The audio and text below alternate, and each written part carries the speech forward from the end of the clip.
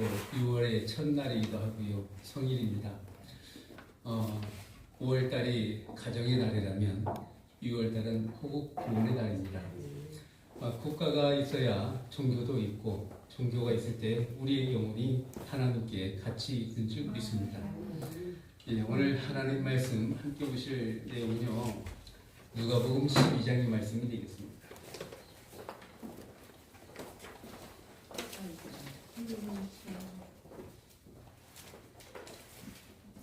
누가복음 12장에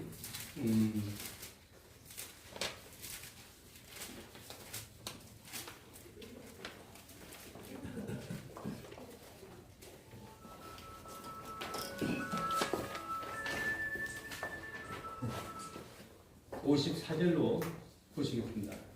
누가복음 12장 54절부터 보시겠습니다.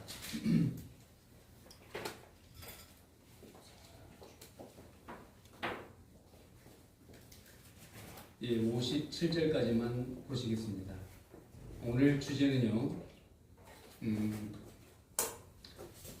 때를 분별하자라는 주제가 되겠습니다. 때를 분별하자라는 주제로 누가복음 12장 54절로 57절 말씀 보시겠습니다. 또 무리에게 이르시되 너희가 구름이 서에서 일어남을 보면 곧 말하기를 쏟아지가 오리라 하나니 과연 그러하고 남풍이 불면 붐을 보면 말하기를 심히 더우리라 하나니 과연 그러하리라. 외식하는 자여 너희가 천지의 계상을 분별할 줄 알면서 어찌하여 이 시대는 분별치 못하느냐. 또 어찌하여 옳은 것을 스스로 판단치 아니하냐라는 이 말씀인데요. 우리에게 있어서 지구촌의 인류 역사는 아담 이전 세계와 아담 이후 세계로 봅니다. 아담 이전 세계는 사람이 있다 없다라는 것은 성경으로 볼 수 있어서 답을 말할 수 있어야 되겠고요. 더 나아가서 아담이라는 첫사람이 하나님에 의해서 창조가 되었을 때에 이후로 인류 세계는 말 그대로 하나님을 아는 사람과 하나님을 모르는 사람으로 이제 갈라지게 됩니다. 그런데 문제는 하나님을 모르는 사람도 원래 조상으로 가면 아담의 후손이거든요. 아멘. 그렇기 때문에 모든 사람은 누구를 아는 것이 맞느냐? 하나님을 아는 것이 맞습니다. 아멘. 그런데 사람은 100년도 못 살고 죽고 또 사람이 아무리 오래 산다 하더라도 이 성경이라는 경서가 없으면 하나님은 도대체 알 수가 없습니다. 아멘. 물론 모세 때 같은 경우에는 모세를 통해서 애굽에서 430년 종살이 하던 히브리 민족들이 가나안을 향하여 나오게 될 때 두 가지 기적이 있었죠. 물론 기적이 한두 가지가 아닙니다만 큰 것 두 가지가 있는데요. 사해바다죠. 홍해바다죠. 홍해바다를 건너올 때 물이 갈라진 것은 이거는 분명 하나님의 기적이 있으신 줄로 믿습니다. 아멘. 사람으로 역사할 수 없는 일을 하나님께서 모세의 지팡이를 통해서 모세에게 임재하사 역사가 이루어진 거거든요. 그걸 보고도 하나님을 안 믿는 사람은 없었을 거예요. 그런데 문제는 이 하나님을 믿다가 자기들의 형편이 안 좋아지면 우리가 믿는 게 하나님 맞나 하는 의심을 갖게 되고요. 의심하다 보면 그 후손들은 믿는 신을 망각해버리기도 합니다. 그런 세월이 흘러서 오늘 이 시대에 살고 있습니다. 이 시대라고 말한다면 구약 성경에 약 4,000년 아담으로 이제 말라기까지를 놓고 세례 요한까지를 본다면 예수님 직전까지지요. 약 4,000년의 역사를 봅니다. 그럼 BC 4,000년의 역사는 누구 한 사람을 나타내기 위해서 이 구약 성경이 있었느냐? 예수님이라는 하나님의 독생자 한 분 나타내기 위해서 약속한 것이 구약, 옛 약속이라는 거죠. 그러므로 옛 약속에 따라 예수님이 딱 오셨으면은 이제부터는 누구를 믿어야 되느냐? 예수님을 믿어야 되는 거예요. 아멘. 여러분, 예수님을 믿는 것이 우상입니까? 이건 잘못된 것이 아니지요. 아멘. 예수님을 믿고 그분의 안에 하나님이 임재하셨다. 즉 임마누엘이 되셨다. 이런 예수 그리스도를 주님이라고 신하는 것은 하나님을 아버지라고 시인하는 결과치가 된단 말입니다. 하지만 율법을 철두철미하게 잘 지켜온 사람들도 대대손손이 하나님을 잘 믿었던 히브리 민족들도 예수님이 딱 오셨을 때 예수님을 인정하지 않은 사람들은 율법을 지켰어도 안 지킨 것이 되는 겁니다. 율법의 실체가 바로 예수님이었거든요. 하여간에 이래서 4천년의 역사는 끝나고요. 예수님께서 요한복음 1장 11절에 보니까 자기 땅이 오매 자기 백성이 영접지 아니하였으나 이런 말씀이 나와요. 그게 이제 끝난 거죠. 예수님이 어디 땅 사놓고 그 땅에 오셨다는 얘기가 아니라 마태 15장 24절 말씀대로 말한다면 나는 잃어버린 양 외에는 다른 데로 보냄을 받지 아니하였다. 그래서 예수님은 잃어버린 양, 진짜 양 한 마리가 저리로 도망갔다 잃어버렸다 이 얘기 아니고요. 그 유대 민족들이 하나님을 경외하고 율법은 지켜도 그 속에 누구를 아는 지식이 없었느냐. 하나님의 약속의 말씀과 그 약속의 말씀이 이루어진 예수 그리스도를 알아보는 영안이 열리질 않았던 거예요. 그러니까 그들은 자기들 신앙에 취해 있었고 예수님은 내가 하나님의 아들이다. 이렇게 말씀하시니까 유대 위에 전쟁이 난 거예요. 전쟁이. 그래서 율법을 잘 지켰다는 사람들이 진정 그 율법의 실체 예수 그리스도를 배적한 것이 자기 땅에 오매 자기 백성이 영접지 않았다는 이 표현이 맞더라는 말입니다. 그러므로 12절에 이제부터 누구든지 예수 그리스도를 믿는 자들은 하나님의 자녀가 되는 권세를 주었으니 이는 아브라함의 혈통으로 육적으로 난 것이 아니라 하나님의 께로 났다라는 표현이 나옵니다. 이제부터는 어떤 민족이든 독생자를 믿는 사람이면 하나님의 아들이 되는 권세가 주어진 시대가 바로 AD 1, 바로 예수 그리스도입니다. 그래서 예수님께서 이스라엘 나라에 오셔가지고 내가 하나님의 독생자이고 내 말이 곧 하나님의 말씀이다. 이렇게 표현했지만 유대인들은 인정하지 않아서 끝났지만 예수님을 믿는 이제 사도시대가 약 500년 세월이 있었습니다. 사도시대 약 500년에 오면서 콘스탄티누스 황제의 그 카타콤 지하동굴에서 나오라는 얘기가 나옵니다. 이제 이래 되면서 사도시대가 끝나고 카톨릭 시대가 이제 시작되는 거예요. 여러분 솔직히 말해서 우리끼리 이제는 더 이상 감출 수 없고 이제는 온 세상이 다 아는 사실이기 때문에 말해야 되는 건데요. 뭐냐면은 12월 25일 날이 예수 탄생일이 맞습니까? 아멘. 그게 성경 몇 장 몇 절에 근거하고 있습니까? 없어요. 31,101절에 성경 31,101절에 예수 탄생일자는 안 나와요. 그렇다고 해서 예수님이 안 오셨습니까? 오셨어요. 아니면 탄생을 안 하셨습니까? 분명히 마태복음 1장이 요셉과 마리아 사이에 나셨다고 증거가 있지 않습니까? 다만 사람이 씨로 나지 아니하고 예수님은 성령으로 잉태했다는 표현이 나옵니다. 이름으로서 예수님이 세상에 오신 것은 분명하지만 그게 12월 25일이라는 증거는 없단 말입니다. 그럼 원래 12월 25일은 어떤 날이냐? 태양신의 날입니다. 로마 콘스탄틴 황제는 로마의 국교가 당시에 태양신이었거든요. 그런데 태양신을 믿는 사람들을 붙잡아 놓고 너 죽여버리겠다. 태양신 믿지 말아라. 이렇게 말하면 예! 지금부터 태양신 안 믿겠습니다. 이러거든요. 근데 기독교인들은요. 붙잡아 놓고 너 예수 믿지 마! 이렇게 말하면 차라리 나를 죽여라. 나는 예수 믿겠다. 이래 말합니다. 이 두 종교 중에 어느 종교성이 강합니까? 기독교가 우월하게 강한 거죠. 그러니 로마에서는 이 로마가 굳건한 로마로서의 오늘날로 말하면 미국 같은 세계를 재편한 원리이지 않습니까?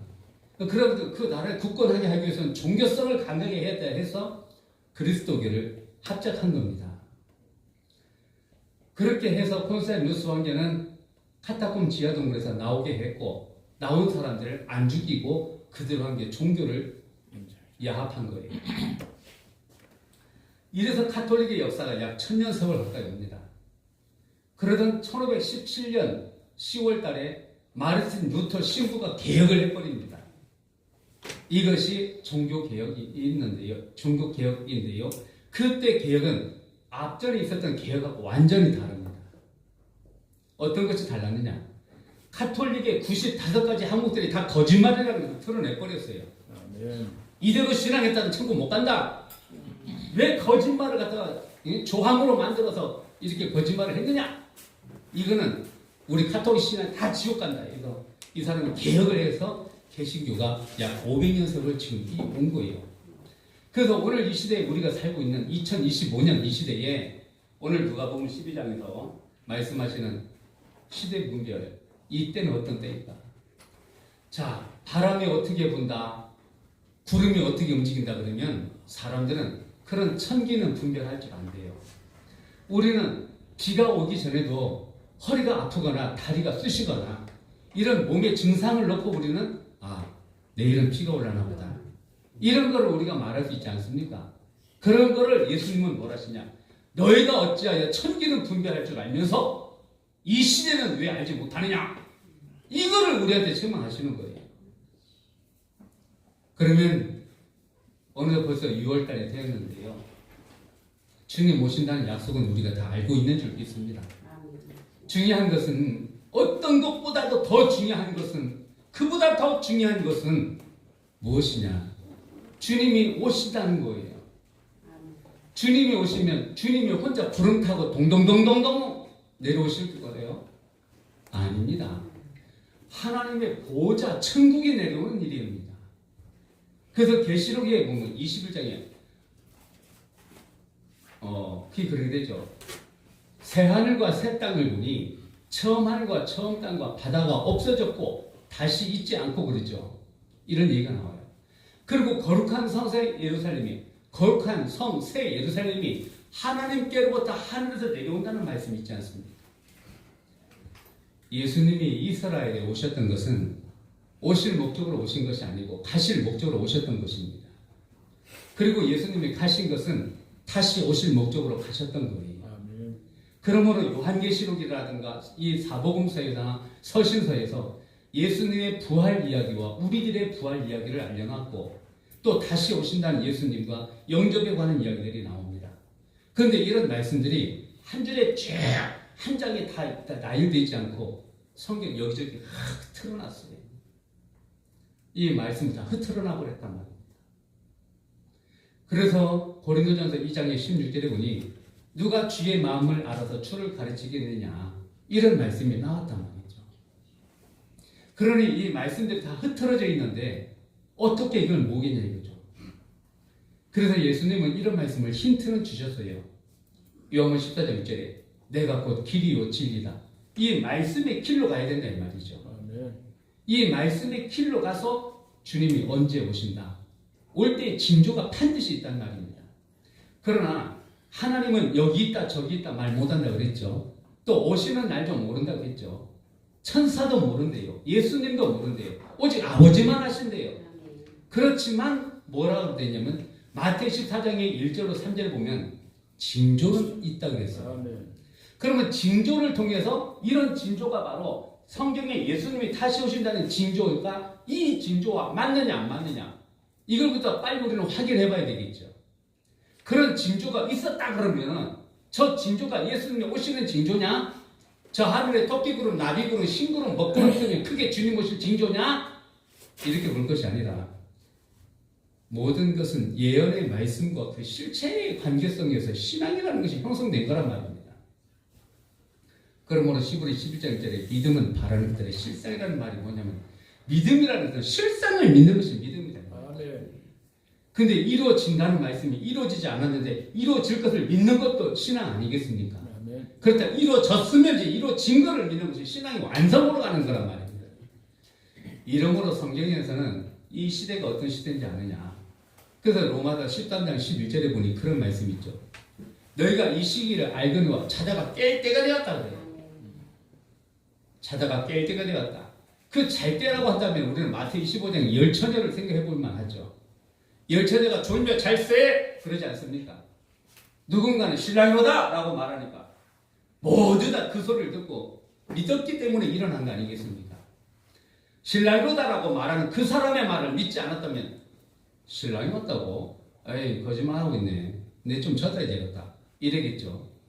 그러나 열처녀는 다 믿었던 사람들이기 때문에 그 말을 해주는 사람을 믿었던 거예요. 그 다 등과 기름을 준비했는데 문제는 기름이 부족한 5 처녀는 신랑을 영접지 못했고 기름 팔러 간 자에게 와서 파는 사람에게 갔다가 와보니까 문이 닫혀버렸어요. 지금 우리는 미련한 5 처녀, 10 처녀 이런 이야기를 할 때가 지금인지 아닌지, 지금 2025년 5월, 6월 이런 시대는 어떤 시대인지, 지구는 계속 돌고 우주는 공전과 자전을 쉬지 않습니다. 우리 심장도 태어난 날부터 멈추는 그날까지 쉬지 않습니다. 우리 신앙도 쉬면 안 되는데요.